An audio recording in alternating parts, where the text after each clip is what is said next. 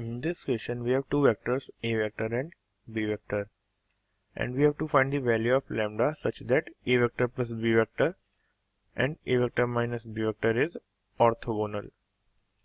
So orthogonal का meaning होता है कि दोनों परपेंडिकुलर है.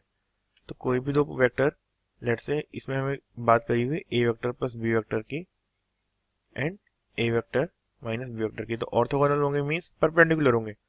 और जब भी दो वेक्टर परपेंडिकुलर होते हैं तो उनका जो डॉट प्रोडक्ट होता है वो क्या होता है, इज इक्वल टू 0 होता है. So A vector dot B vector, A vector plus B vector dot A vector minus B vector is equal to 0. तो अब यहाँ से क्या आ जाएगा, A vector dot A vector plus B vector dot A vector minus A vector dot B vector plus B vector dot B vector, और ये किसके इक्वल है, this is equal to 0. Sorry यहाँ प्लस नहीं आएगा, यहाँ माइनस आएगा. Okay, now हमें पता है कि A vector dot B vector और B vector dot A vector क्या होते हैं, इक्वल होते हैं. तो ये क्या होगा, आपस में कैंसिल आउट हो जाएंगे. और A vector dot A vector क्या होता है, मोड ऑफ ए वेक्टर का whole square. Similarly B vector dot B vector क्या होगा, मोड ऑफ बी वेक्टर का होल स्क्वायर. ये इक्वल हो गए, तो यहाँ से आ गया मोड ऑफ ए वेक्टर का, sorry magnitude of A vector का whole square is equal to magnitude of B vector का whole square. So magnitude of A vector का होल स्क्वायर क्या होगा, 5 स्क्वायर इज 25, माइनस 1 का square is 1 and 7 square is 49.